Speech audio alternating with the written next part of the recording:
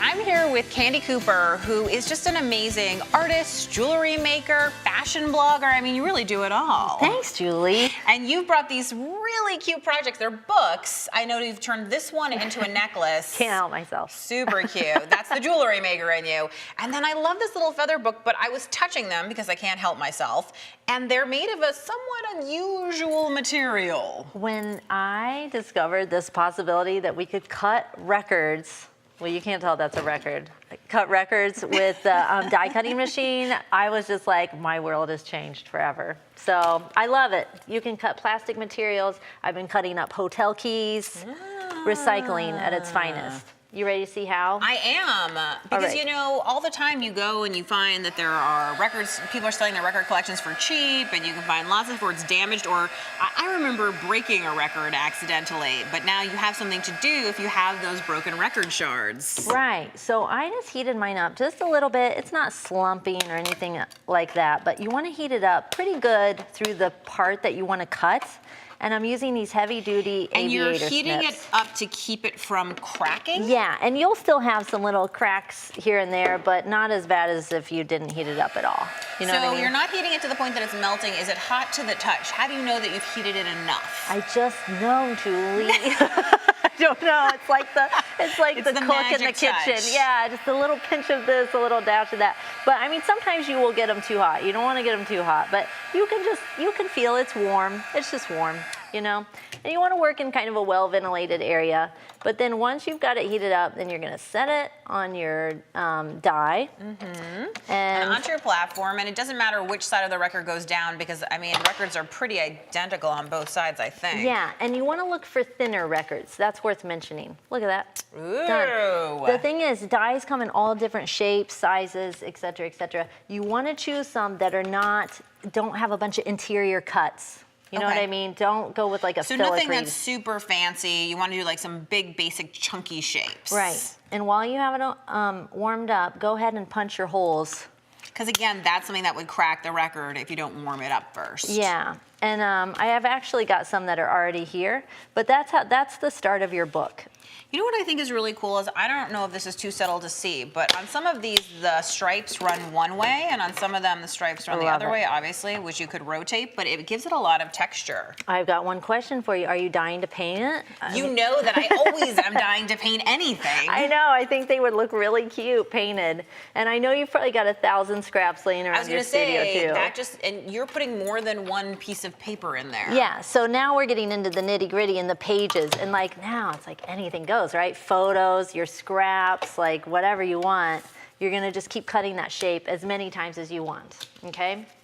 So I've got a stash here.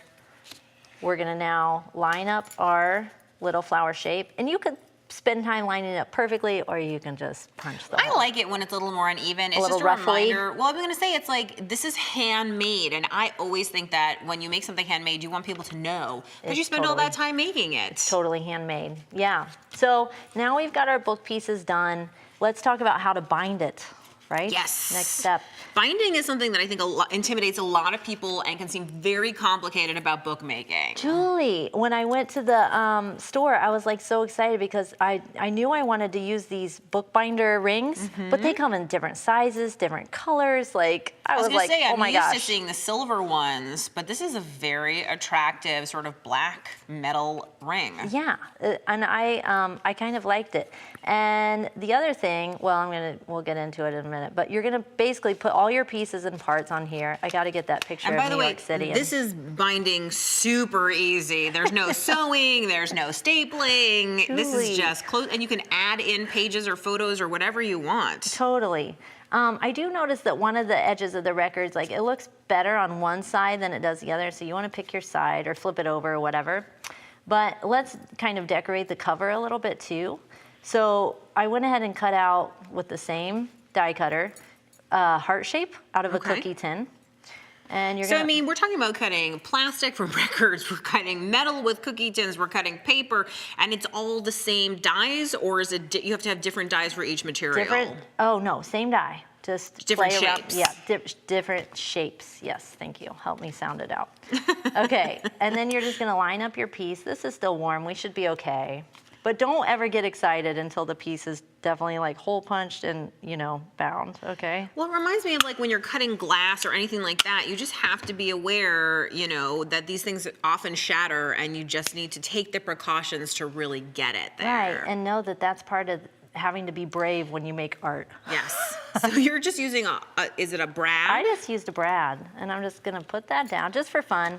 And then, now this is like where we really get into my love language, but you can embellish this then by tying pieces of ribbon around these little rings. Mm-hmm. And I found these at the craft store too, like just any little ring. I mean, even pop tabs would be cute. Like you could, and then just string these pieces onto your journal. One of the things is when you start cutting out little bits and pieces, I think the embellishments are part of what ties the project together.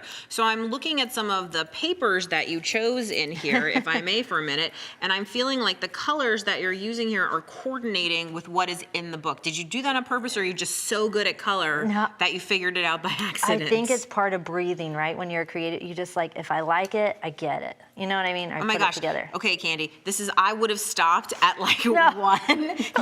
You would put like 5 rings of embellishments on here. No, you can't have enough sweat. You could put some in the back too, okay? But this is the other favorite thing about this is a little lanyard clip, so you can clip it to your backpack or your bag or inside your purse. And make it like a bag embellishment. I was actually thinking you could put your keys on there, and this could be the coolest key ring, because if you cut photos, then you could have an album of your grandkids, your kids, your dog, your family, your artwork. You really could. And bring it with you. Yeah. And then if you just really are like, you could always add another little sticker. Well, you know what I love is some of these pre-made stickers that they have that are so beautiful. This is like cutouts for the lazy. You don't have to do any work, and it's there for you. Yeah, and the only thing, I don't know what you think, but if this was going on a high traffic area, you might use a little epoxy or something. But that's basically all there is to it.